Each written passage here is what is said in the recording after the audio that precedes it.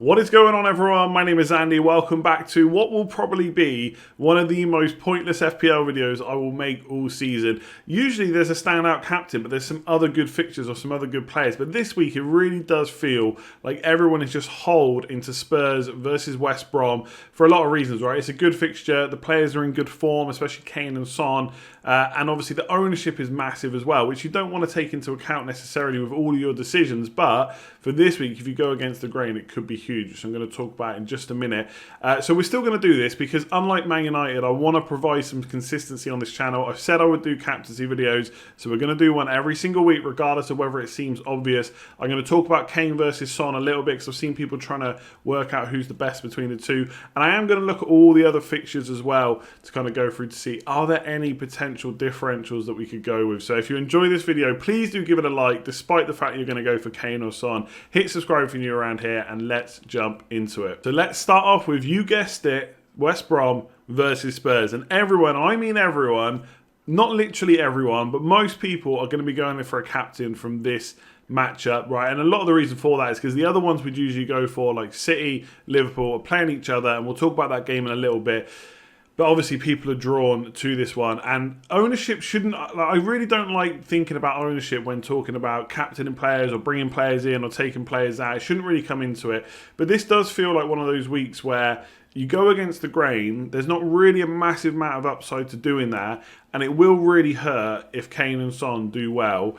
And I think sometimes you have to pick the weeks where you go different, right? I don't know, like game week 9, for example, next week, just to give one quick example, Salah's playing Leicester. It's probably perfectly fine to captain Salah. He might even be the most captain player next week. But someone like Rashford is playing West Brom. Now, don't get me wrong, talking about Man United players after last night, probably not the best thing to do, but you get what I mean. Maybe that's a time where you could go slightly different. You don't expect Salah to get a hat-trick in that kind of game.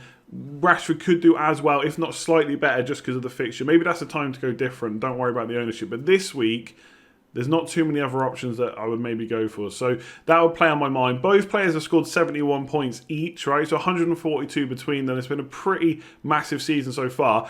Little bit worrying in the last two games, right? They did struggle to break down Brighton and Burnley. So they didn't score too many goals in that match. Obviously, got 2 versus Brighton, just the 1 versus Burnley. So they have struggled in the last couple of games, but West Brom is a different story, right? This is a great fixture. They're the worst for expected goals conceded.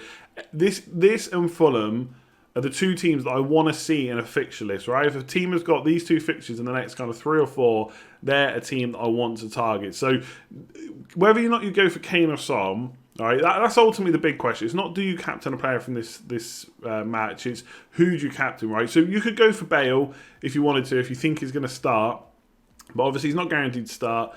What kind of form will he be in, having to play a game right from the start in the Premier League? We don't know.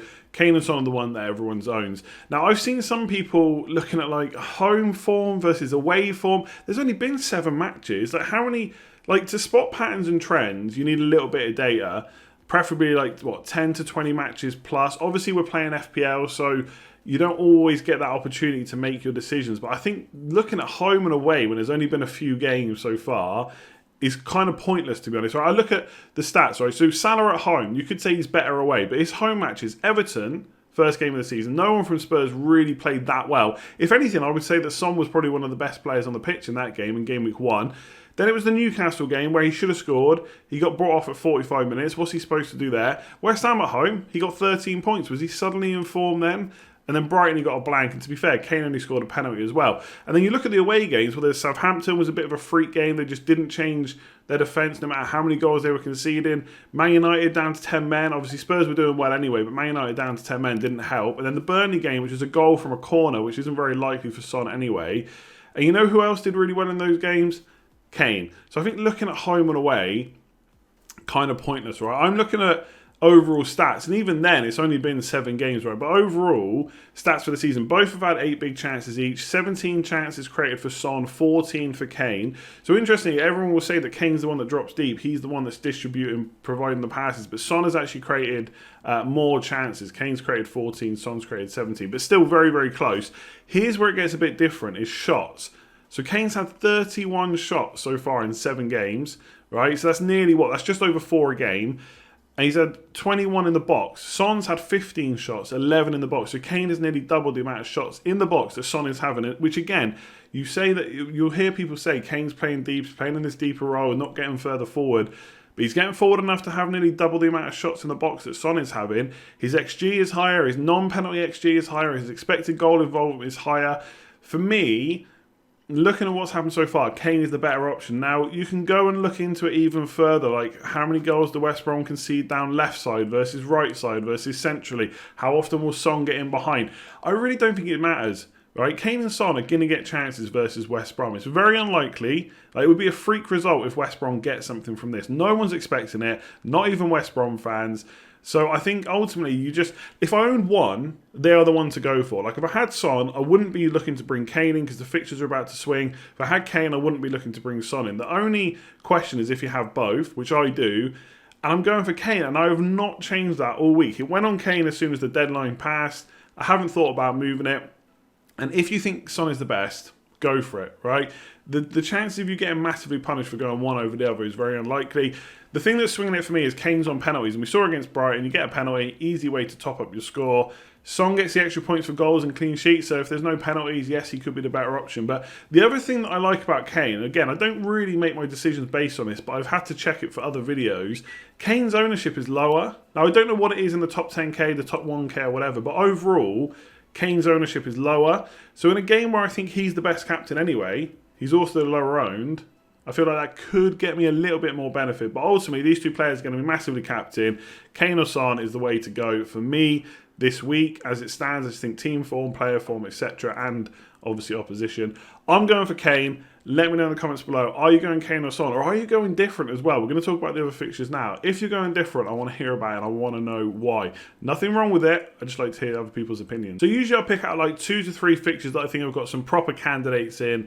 And then I'll talk about another 2 to 4 fixtures which maybe people are thinking about. But in this one, I do think that Spurs are just going to be so captain this week, so heavily captain, that I might as well just talk about all the fixtures in one go. And there are some that would maybe have gotten onto the list had certain players been fit or in form, etc. So I'll talk about those couple of fixtures before doing the rest. So one is Arsenal versus Aston Villa. Now, I've talked about Aston Villa defence quite a lot, right? I didn't necessarily trust the data. The data looked better after lockdown, but that's only a small period of time. They were fighting for their lives, etc. Yes, there was a bit of change in personnel in the defence, but it was still very small. Now we've had a few more games this season. The defence still looks good, and I say that despite them conceding 7 goals in the last 2 games. Like the one against Southampton in particular. Okay, maybe after a while Southampton let their foot off the gas because they'd scored so many goals. But, you know, again, just to reiterate, 2 direct free kicks, a worldie from Danny Ings, and another goal from a set piece as well. Like on another day, Aston Villa maybe concede 1, if not any, from that game. Like great goals, don't get me wrong, right? You should not taking it away from Southampton, but it was a bit of a... not a freak result, but a freak in how many goals were just scored from wonder goals in one game, right? So Aston Villa defence is still good overall, but Arsenal are a team that should be able to do much better. Aubameyang is a player that should be able to score against Villa, and the fact they have conceded 7 in the last 2 games probably makes Aubameyang think this could be the one where I finally start getting some goals from open play. My only worry is now, like maybe pre-season, this is a game where we'd be saying, right, I want Aubameyang for the first couple of games. I might want him back for Aston Villa though. Right now, I'm just not so sure. Like Arsenal defence is looking quite good. Going forward, it's not great. But if they score 2, 3, 4 goals in this fixture, would I be completely surprised? Probably not. So if you've got Aubameyang, he could be someone to look at if you want to go different. I will say, like, I'm going to go Spurs. A lot of people are. I'm not saying you can't go anywhere else. I'm kind of making a joke about the video because I just know Spurs are going to be so heavily captain and people are going to watch it and just tell me it's Kane or Son. But you could go different if you want. It would be ballsy given the ownership. But yeah, Arsenal may be a good one. West Ham versus Fulham, right? So I've spoken for weeks about Antonio. You're probably bored of hearing me talk about him. But before, like, not pre-season, but maybe in the first couple of weeks of the season, Antonio was my target for captain this week. I said that on a few videos that I wasn't going to captain Liverpool or Man City player in this game week. So I was going to have Antonio in because back then I had no plans to have Spurs players whatsoever. I had thought about Son quite a bit. I had him in my game week 1 team pre-season. I had him in my game week 1 team all the way up until 10:59. Right, you know that if you watch the deadline stream. And I thought about bringing him back in, and I didn't. And obviously he looked good enough that I wildcarded him in eventually, but I had no plans originally. So Antonio was a really good option for this fixture, but we don't even know if he's going to be fit, right?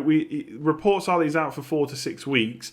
I've not seen anything since. They were talking about clamping down on the amount of leaked information that gets sent out, and it seems to have been working, right? I've not really seen anyone say, yes, 100% he's out. The media was reporting it last week, and sometimes there's no smoke without fire. But until David Moyes says he's definitely missing, he could be a good option this week, right? If Antonio's playing Fulham, Spurs are playing for West Brom, I think it could actually be quite close. Again, you'd have to be at this point, because things have changed quite heavily, including ownership, you'd have to be quite a brave person to go Antonio. But I do think, as things are on paper, if he's fully fit to play Fulham, that's a good fixture. But my only worry is the last couple of games he's come off. Obviously, he didn't play the last one, but the 2 before that, he came off early. And that's the only thing that would worry me right now. Looking at other fixtures, like Brighton versus Burnley, I think if Brighton get an early goal, they could get a few. And Morpay should be back, but obviously no one's captain in there. Southampton versus Newcastle. Danny Ings could have been a bit of a differential punt in this one, but he's now out for 4 to 6 weeks. And I would just worry about Southampton as a whole without Danny Ings. Like Ings and Adams have formed quite a nice partnership. Adams and Shane Long is not quite the same. It's not got quite the same ring to it. And Ings provides a lot more than just goals to that Southampton team, so that would put me off, even though I think that's a good fixture. I mean, Everton versus Man United, I have got no idea how to call this one. I'm not seen the press conference yet for Everton, so at the time of recording at least. So don't know if James Rodriguez is going to be back. If he does, that's a big win for Everton. And Luca Dean will be back as well. They're still missing Richarlison though. That's a big loss. I think he could have caused some problems. And it probably gives Man United one less thing to worry about, because whoever plays on that left is just not as good as Richarlison. So it has been a Iwobi most of the time. It could be Gordon. Whoever it is, right, is just not Richarlison. So that's one less thing for Man United to worry about. Now, Man United have been defending quite well, but that's almost comical to say that after what happened last night, right? Just no defenders anywhere near Demba Ba when he got the ball. I don't know what to say. I think we played well against PSG. It was just an own goal from Martial where they conceded. We didn't really look like conceding that often. Played really well against Leipzig. Okay, Arsenal beat us and they did well defensively, but in terms of troubling us as a defence, they didn't really that many times. Obviously, they got the penalty. And so I feel like Man United's defence should be okay in this game. So I wouldn't be captaining Calvert-Lewin or anyone. I've got Rashford. And Everton have conceded 2 in each of the last 4 games. And in some of those games, they've had James Rodriguez, they've had Luca Dean, they've still conceded that many goals. Their expected goals from open play, I think, is one of the worst in the league. I think they're in the bottom 5. So who would sit there and say Man United 100% will not win this game? The way things have been going, they've just lost a game. They got themselves up for PSG. They got themselves up for Leipzig. I think this is an easier game than playing Chelsea or Arsenal. So Man United could do well in this. So Rashford captain, Bruno Fernandes captain, potentially is a big differential. But Man United is so inconsistent, I can see why people wouldn't want to do it. I think Palace leads, no one's captaining players in that game. I guess the only other realistic one is Chelsea versus Sheffield United. And I kind of put a tweet out last night saying Chelsea don't have, like, Werner's on penalties now, right? So that's huge for him. Lampard's come out and said it. Jorginho's not on penalties anymore. Werner is first choice when he's on the pitch. So that's pretty big. And I put out a tweet saying, look, it's great. I kind of like the look of him, but they haven't really got a great run of fixtures. Then people are saying they're not that bad. They can score goals in all their fixtures, right? Which I get. But from an FPL point of view, you want a really nice run of fixtures, like a Brighton at home, Fulham at home, West Brom away, that kind of thing. And the thing with Sheffield United is they very rarely get turned over. Very rarely will they concede 3-4 goals. Now, you don't need a captain to score in a team that's got 3 or 4 goals, right, to have a good score. They could win 2-0. Werner could get both goals, 3 bonus points, perfect captaincy score. But for me, I just think there's points to go around in that Chelsea team. And Sheffield United have just played Liverpool and Man City. Now, you can say that Liverpool's not the same at the moment. You can say that Man City are not the same. But still, they've played 2 really good teams, and they've only conceded 3 goals. So for Chelsea to go and score 3 or 4, which I think they would need to do to get a pretty good captaincy score, just because the points will be shared between that team, For me, it's not one, but the fact that he is on penalties now could help. I think they lost 3-0 in this fixture last year. I can't remember if it was home or away for Chelsea, but they lost 3-0. So it'll be interesting to see what formation they put out against Sheffield United. But Sheffield United is just so well organised. I know I said pre-season I wasn't interested in their defence, and that's been proved right, but they still don't concede a huge amount of goals. They're just frustrating if you own them in FPL because they can at least do concede a goal. But in terms of conceding a lot, it doesn't happen. So I can see an argument for Werner. I personally wouldn't go there. Elsewhere, Leicester versus Wolves, two pretty good defences. Vardy's in great form. Wouldn't be surprised if he scores. But again, Wolves is not a fixture that I would want to target. So there you go. For consistency's sake, we have been through the fixtures. For me, okay, let's just say Spurs are a no-go for you. And I know people that won't get Spurs players, so they're not going to captain. For me, I think Aubameyang versus Villa is a punt. I think Antonio, if he was fit, or Chelsea players. Man United, if you really wanted to go completely out there, but I'm not saying that's a good idea just because you just don't know which Man United team is going to turn up right. The one that puts 5 goals against Leipzig, the one that controls the game for most of it against Paris Saint-Germain, or is it going to be the one that lost last night to Demba Ba? You just don't know. So there we go. Let me know in the comments below, who is your captain this week? So that's it for this one. I hope you've enjoyed it. I know a lot of people were thinking of like Rashford, Jamie Vardy, Zaha, James Rodriguez for captaincy. So hopefully this has given you some insight into who might be the best picks this week. If you have enjoyed it, please do give it a like. Hit that subscribe button. Help me hit 125k by the end of the season. We are well on track to do that if you hit that button. I know a lot of you watching my content, you're not hitting the subscribe button. Just do it. It doesn't take any amount of time. 2 seconds, helps me out, job done. You get to watch more of this FPL content. And big shout out to everyone that signed up to Patreon. I'm going to do a quick shout out for everyone on the Patreon Legends wall. So if you want to sign up, there's a link in the description below. There's Slack access, podcast, extra Q&As, WhatsApp access, all that good stuff. And big thanks to Dimitar A, who has signed up since the last video. So if you want to check that out, link in the description below. Make sure you hit like, make sure you hit subscribe, make sure you leave me a comment below who your captaincy is this week and why. And I will be back tonight for a stream, Q&A stream as always, about 8 o'clock on Thursday night. And then I'll be back for the deadline stream at 3 o'clock on Friday. Remember, the deadline is 4 p.m. this week, very, very early.